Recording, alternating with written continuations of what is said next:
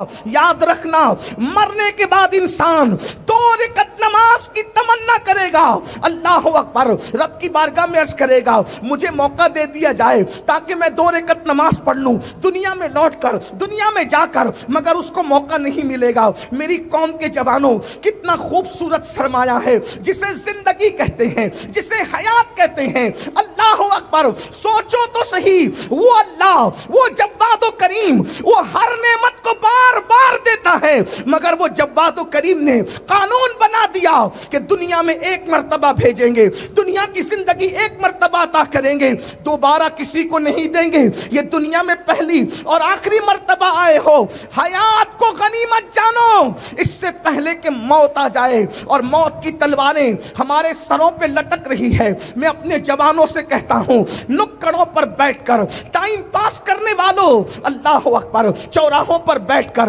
وقت کی بربادی کرنے والوں، ہوٹلوں پر بیٹھ کر پکنک کے نام پر وقت کو ضائع کرنے والوں، وقت کی قدر کرو۔ حجت الاسلام امام غزالی رحمت اللہ تعالی علیہ لکھتے ہیں، میرے استاد فرماتے ہیں، یعنی امام غزالی فرماتے ہیں، میرے استاد فرماتے ہیں، وقت وہ 2 دھاری تلوار کا نام ہے، اگر تو اس کو صحیح استعمال نہیں کرے گا تو وہ تجھے کاٹ کر کے رکھ دے گا۔ اللہ اکبر۔ امام راضی رحمت اللہ علیہ فرماتے ہیں، میرے استاد نے کہا، آپ کے استاد فرماتے ہیں کہ سورۃ العصر کی تفسیر میں نے برف بیچنے والے کو دیکھ کر کے سمجھی، وہ کس طرح سے برف بیچنے والا، اس کو نقصان کے لیے کچھ کرنا نہیں پڑتا، برف بیچنے والے کو نقصان کے لیے کچھ نہیں کرنا پڑتا، غافل ہوا برف پگھلتا چلا جائے گا، اس کا نقصان ہو جائے گا۔ ہوشیار برف بیچنے والا کون ہے؟ اللہ اکبر، کہ جلدی جلدی پگھلنے والا برف بیچ کر نہ ختم ہونے والے نہ پگھلنے والے سرمائے کو اکٹھا کر لے۔ جیسے برف فیکٹری سے نکلنے کے بعد پگھلتا ہی رہتا ہے اسی ہوا لگنے سے، اسی طرح انسان ماں کے شکم سے نکلنے کے بعد ہر لمحہ موت سے قریب ہو رہا ہے۔ میری قوم کے جوانوں، زندگی کسی کی بھی بڑھ نہیں رہی ہے بلکہ ہر انسان کی زندگی گھٹ رہی ہے۔ 1 سیکنڈ کاٹا آگے بڑھتا ہے ہمیں موت سے قریب کرتا ہے، 1 گھنٹہ آگے بڑھتا ہے ہمیں موت سے قریب کرتا ہے، 1 دن آگے بڑھتا ہے ہمیں موت سے قریب کرتا ہے۔ اللہ کے بندو، وقت کی قدر کرو، اس لیے کہ ہر آنے والا دن انسان سے کہتا ہے، اے انسان، میں آیا ہوں، میرے اندر کچھ اچھا عمل کر لے تاکہ میں اللہ کی بارگاہ میں گواہی دوں۔ اگر تو اچھا عمل نہ کر سکے گا تو وہ بھی میں گواہی دوں گا۔ میرے پیارے آقا علیہ الصلوۃ والتسلیم کے پیارے دیوانوں، کتنے افسوس کی بات ہے، وہ قوم جو دنیا پر حکومت کرنے کے لیے آئی تھی، وہ قوم جو دنیا کو انداز زندگی سکھانے کے لیے آئی تھی، وہ قوم جو دنیا کو ایجوکیشن، بھیک اور خیرات میں دینے کے لیے آئی تھی۔ تمہیں پتا بھی ہے اپنی تاریخ، تمہیں پتا بھی ہے اپنی داستان۔ آج سے 5 صدیاں پہلے یورپ کا ہر انسان اگر علم حاصل کرنا چاہتا تو بغداد کی سرزمین پر جاتا اور مسلمانوں کے دروازے پر کاسے گدائی لے کر کے علم کے حصول کی کوشش کرتا۔ لوگ کہتے اگر علم حاصل کرنا ہے تو مسلمانوں کے پڑوس میں رہو، علم حاصل کرنا ہے تو مسلمانوں کے محلوں میں رہو، علم حاصل کرنا ہے مسلمانوں کے شہر میں رہو، علم حاصل کرنا ہے مسلمانوں کے ملکوں میں رہو۔ اللہ اکبر، یہ اپنی پہچان تھی، لیکن اللہ اکبر، کیا ہو گیا میری قوم کو، کیا نظر لگ گئی میری قوم کو؟ وہ قوم جس کے ہاتھوں میں کبھی قلم تھا، جس کے ہاتھ میں کبھی کتاب تھی، جس کے ہاتھ میں کبھی کاپیاں تھی، جس کے ہاتھ میں کبھی پڑھنے لکھنے کا سرمایہ تھا، آج اس قوم کے ہاتھ میں گیم کے آلات آ گئے ہیں، جوے کے آلات آ گئے ہیں۔ اللہ اکبر، دنیا یوں ہی تمہیں برباد نہیں کر رہی ہے۔ میرا اللہ ارشاد فرماتا ہے، ان اللہ لا یغیر ما بقوم حتی یغیر ما بانفسہم۔ اللہ رب العزت اس وقت تک کسی قوم کی حالت کو نہیں بدلتا جب تک وہ قوم خود اپنے حالات کو تبدیل نہ کرے۔ آج مسلمانوں کو دیکھنا ہو تو دیکھ لو، یا تو وہ گناہ کر رہے ہوں گے، یا تو وہ غیبت کر رہے ہوں گے، یا تو وہ گیم کھیل رہے ہوں گے، یا تو وہ عورتوں پہ بد نظری کر رہے ہوں گے۔ ابھی مفتی صاحب فرما رہے تھے قرآن کا مسلمان کیا ہے، لیکن قرآن کیا کہتا ہے؟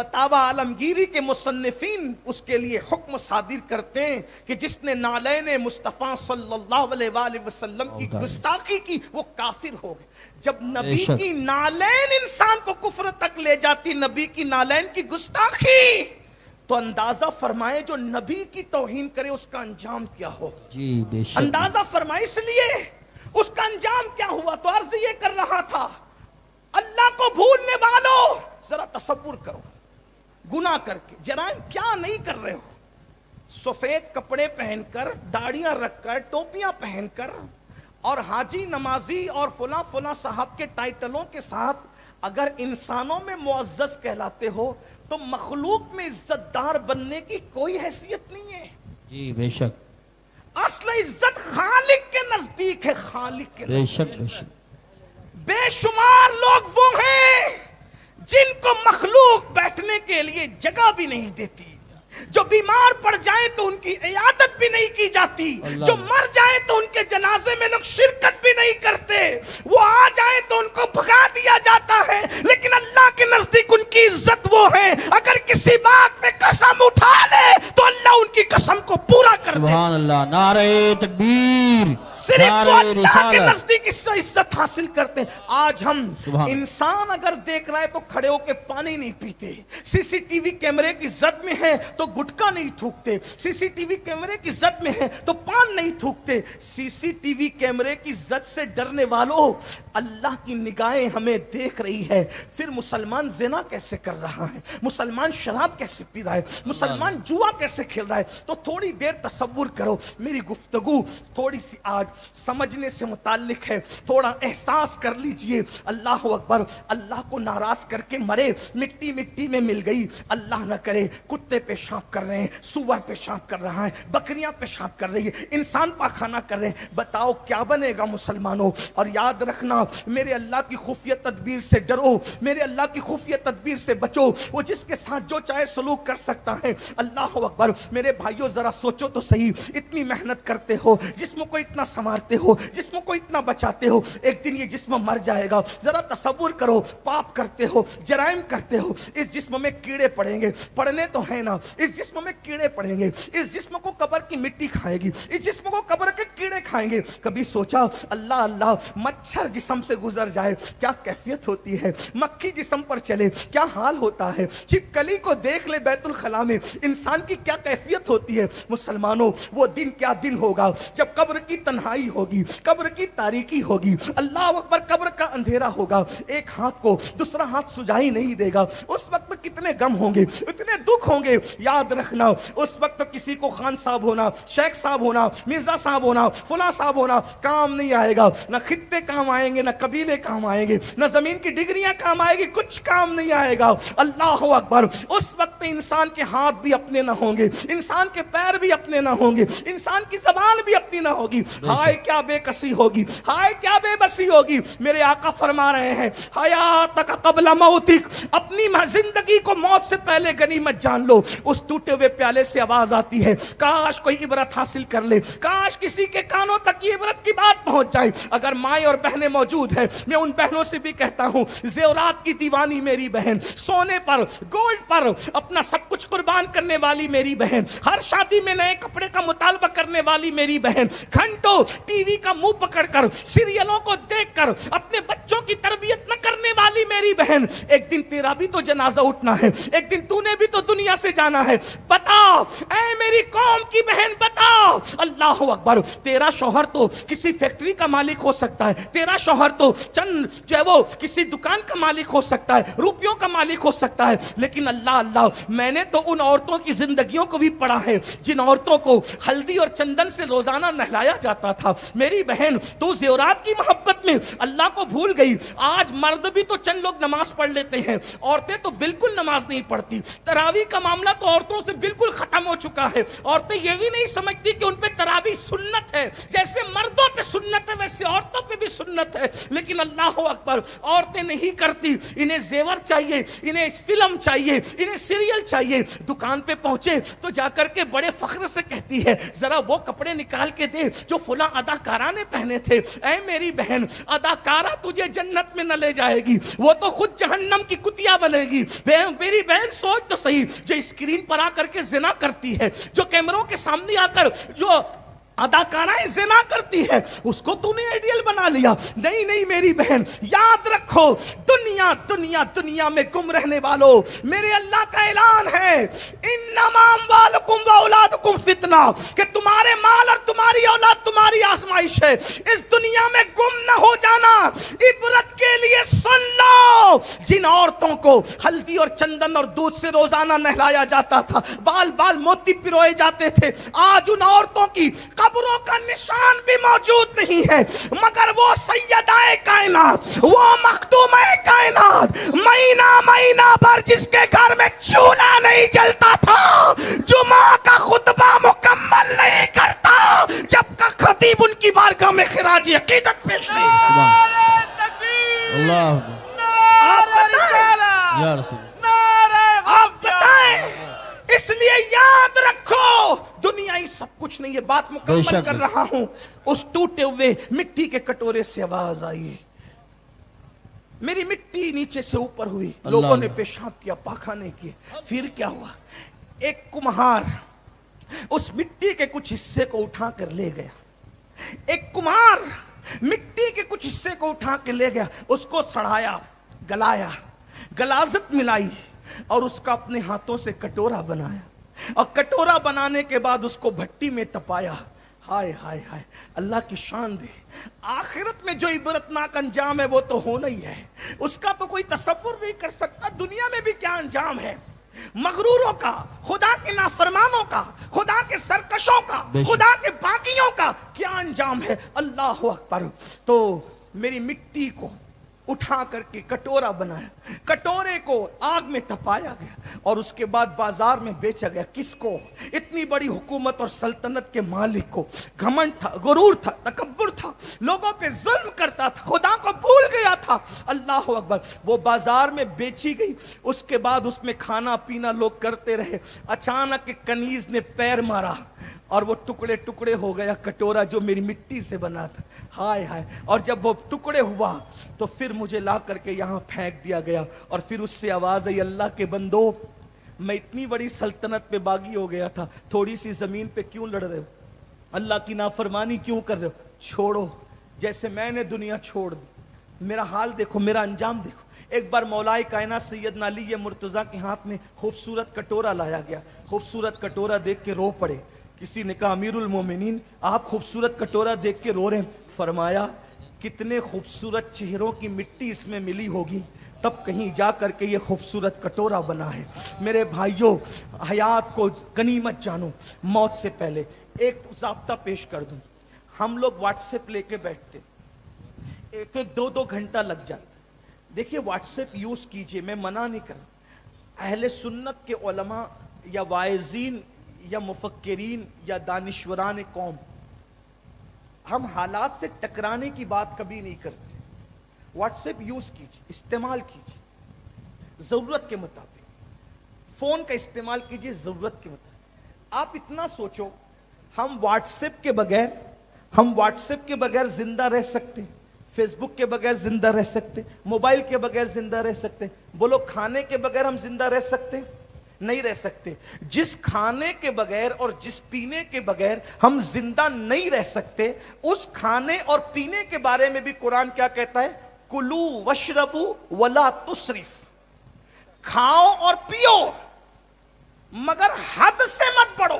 جی بے شک. تو جو کھانا زندگی کے لیے ضروری ہے اس میں حد سے بڑھنے سے منع کر دیا گیا. جو پینا زندگی کے لیے ضروری ہے اس کو اس میں حد سے بڑھنے کے لیے منع کر دیا گیا. تو یہ تو زندگی کے لیے ضروری ہے بھی نہیں. ایک محدود طور پہ اس کو استعمال کرو, ضرورت کے مطابق استعمال کرو. میرے بھائیوں خود سوچو, آج ہمارا جوان گھنٹوں گھنٹوں اس میں لگا رہتا ہے. تو اگر ہم 3 منٹ توجہ کرنا 3 منٹ اگر ہم اپنی زندگی کے واٹس ایپ سے فضول باتوں سے بچا لیتے ہیں تو آپ 3 منٹ کے اندر